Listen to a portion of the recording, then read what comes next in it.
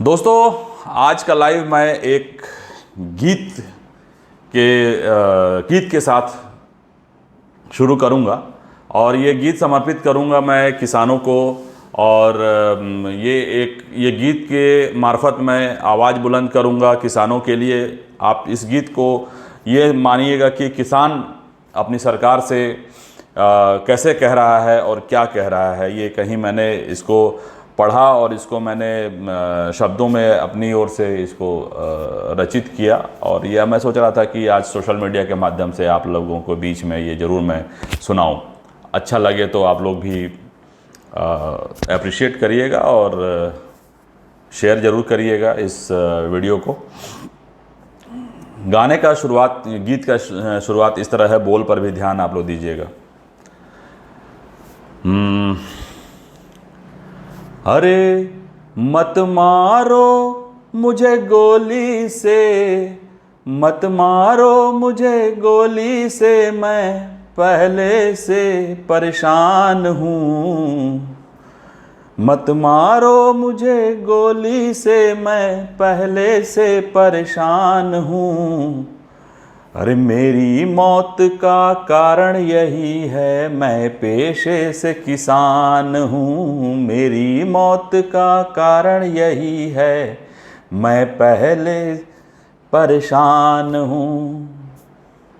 सिलसिला क्या यूं चलता रहेगा, सिलसिला यूं क्या चलता रहेगा, सियासत की अपनी चाल से।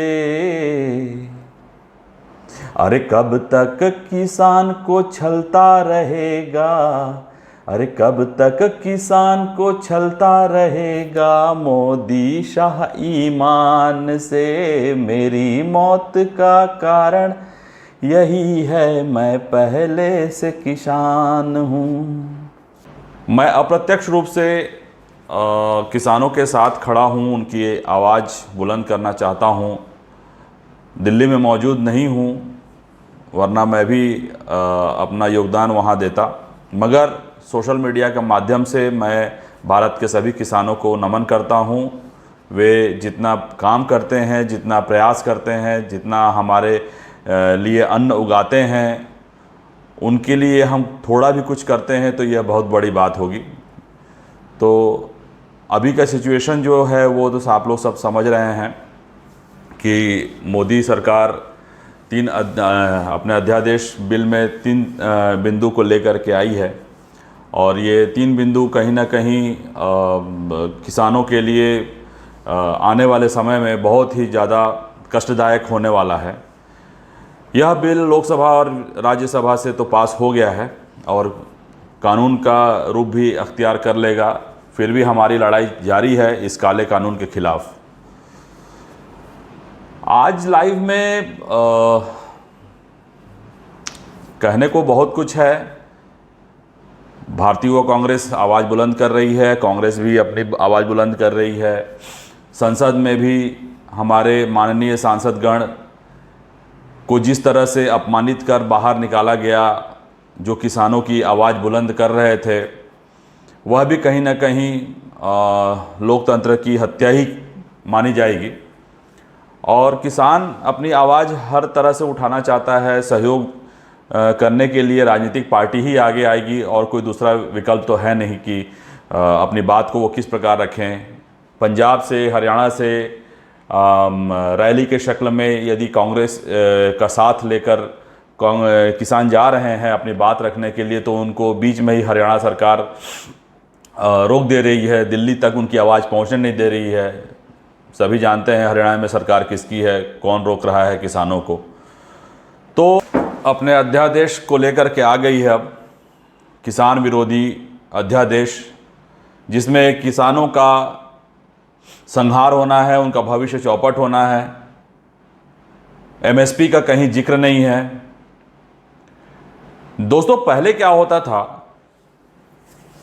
पहले जब 60-70 के दशक में ये अध्यादेश आया था जब, तो उस समय का सिचुएशन जो था वो, उससे पहले का जो सिचुएशन था वो बहुत ही बुरा सिचुएशन था। भारत की स्थिति बहुत ख़राब थी उस समय। अन्न का आयात होता था, बाहर से आता था, हमारे यहाँ जहाज़ों में भर के आता था, तो उस समय बिचौलिए जो थे वो सब व्यवस्था गड़बड़ा देते थे। तो 60-65 के समय में ये अध्यादेश लाया गया था। उस समय ये अध्यादेश आया था, तब एमएसपी एक है जो न्यूनतम एक रेट जो होता है वो किसानों को मिले, ऐसा एक प्रबंध सरकार ने किया था कि यदि वे मंडी में जाते हैं और वे अपने अनाज का भुगतान लेते हैं और वो अनाज यदि सरकार द्वारा निर्धारित न्यूनतम मूल्य से नीचे में खरीदा जाता है सामने वाले पार्टी के द्वारा, तो उस अनाज को भारत सरकार खरीदती थी कि भाई कम से कम न्यूनतम हम जो इसका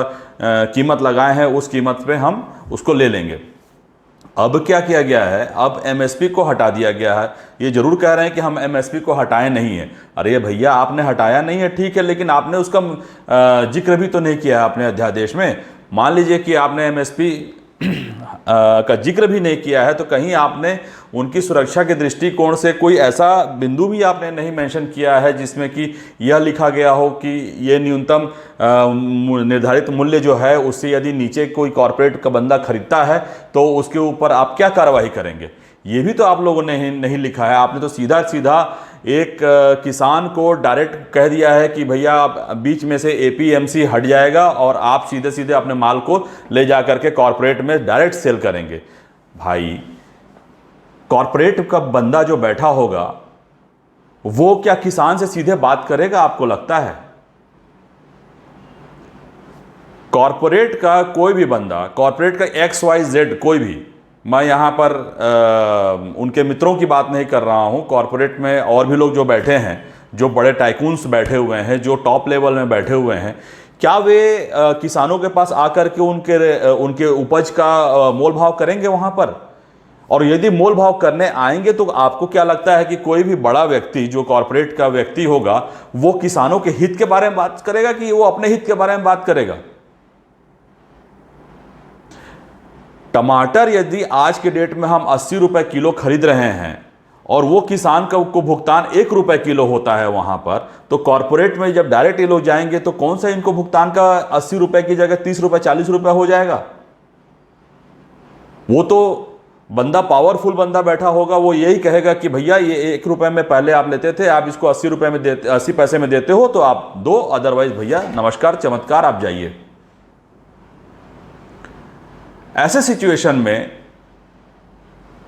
उनके पास एमएसपी एक ऐसा हथियार है जिससे कि उनका भविष्य सुरक्षित होगा।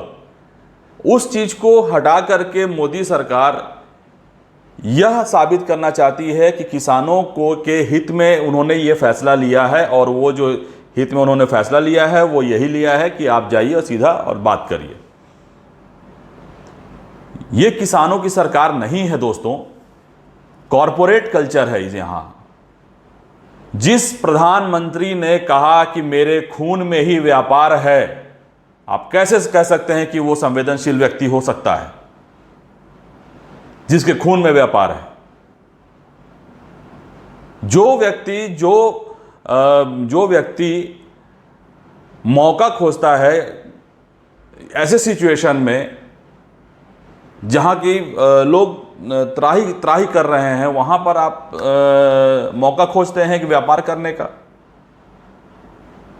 ऐसी क्या आवश्यकता आन पड़ी कि आप किसी भी विपक्षी पार्टी से आप उनके पॉइंट्स को तो लेते, कम से कम मानते नहीं मानते चलो ठीक है, नहीं मानते आप, लेकिन राय तो ले सकते थे कि भाई ये बिंदु है जो हम लोग इसको इस तरह से लेके आए, इस तरह से किसानों को फायदा होगा। यदि ये किसानों को फायदा होता है तो इसको लागू करेंगे। विपक्षी पार्टी इसी देश की पार्टी है, केवल कांग्रेस की बात नहीं कर रहा हूं मैं, अन्य पार्टियां भी हैं, उनके भी पॉइंट्स लेते जो आपको उचित लगता कि भैया हाँ ये पॉइंट्स अच्छे हैं, उनके हित के लिए हैं, तो उस चीज़ को आप लागू करते। नहीं करना होता नहीं करते, सरकार आपकी है। वैसे भी आप सुनते कहाँ हैं, और जो नहीं सुनता है हमारे देश में उसको तो हम सीधे जानते ही हैं कि किस शब्दों से बात करते हैं, भाई किस तरह का उनको संज्ञा दिया जाता है। इसको कहते हैं हिटलरशाही। हम किसी की बात सुनेंगे नहीं, हम अपने तरीके से चलेंगे। हिटलर ने भी एक दिन कहा था, कहीं मैंने पढ़ा है जो आप हिंदी में यहाँ पर चलाया गया था कि अच्छे दिन आएंगे, उन्होंने ये भी इस तरह का नारा दिया था, अच्छे दिन आएंगे। क्या ये वहीं का चुराया हुआ नारा है कि अच्छे दिन आएंगे? इस तरह के अच्छे दिन है तो भैया बुरे दिन ही अच्छे थे। खैर, समर्थन है हमारा भी हमारे किसान भाइयों के लिए, जो हरियाणा सरकार ने दुर्गति की किसानों की, उसकी मैं निंदा करता हूँ। आज मशाल जुलूस निकाल करके युवा कांग्रेस ने दिल्ली में सरकार तक बात पहुंचाने का काम किया है किसानों के लिए। कल पानीपत से ट्रैक्टर रैली निकला था, फिर हरियाणा सरकार ने रोक लिया उनको, दिल्ली नहीं जाने दिया। इससे पहले पंजाब से भी किसान और यूथ कांग्रेस की पूरी टीम वहां से निकली थी कि अपने किसानों की आवाज़ बुलंद करेंगे दिल्ली जाकर। किसान भाई पूरे अपने ट्रैक्टर के साथ में, पूरे लाव लश्कर के साथ पहुंचे थे, मगर वही बात हुआ, हरियाणा सरकार पहुंचे, बीच में हरियाणा सरकार है वो अपना काम कर देती है, दिल्ली पहुंचने नहीं देती है किसी को। तो इस बिल का हमारा समर्थन तो बिल्कुल नहीं है। शुक्रिया, आप सब ने मेरे विचारों को सुना। थोड़ा सा ज़रूर कष्ट है इस तरह की बातों को रखते हुए कि हम तो बार बार कह रहे हैं कि बात सुने, मगर सरकार है भैया, उनका वो क्या करना चाहते हैं नहीं करना चाहते हैं उनकी इच्छा के ऊपर है। चलिए, शुभ रात्रि, जय हिंद, जय भारत। आपसे पुनः मुलाकात होगी किसी और मुद्दे पर। और अभी फ़िलहाल तो हम किसानों के मुद्दे पर अपनी आवाज़ बुलंद कर रहे हैं अलग अलग फेज़ में, और आगे फिर मिलेंगे। शुक्रिया, शुभ रात्रि।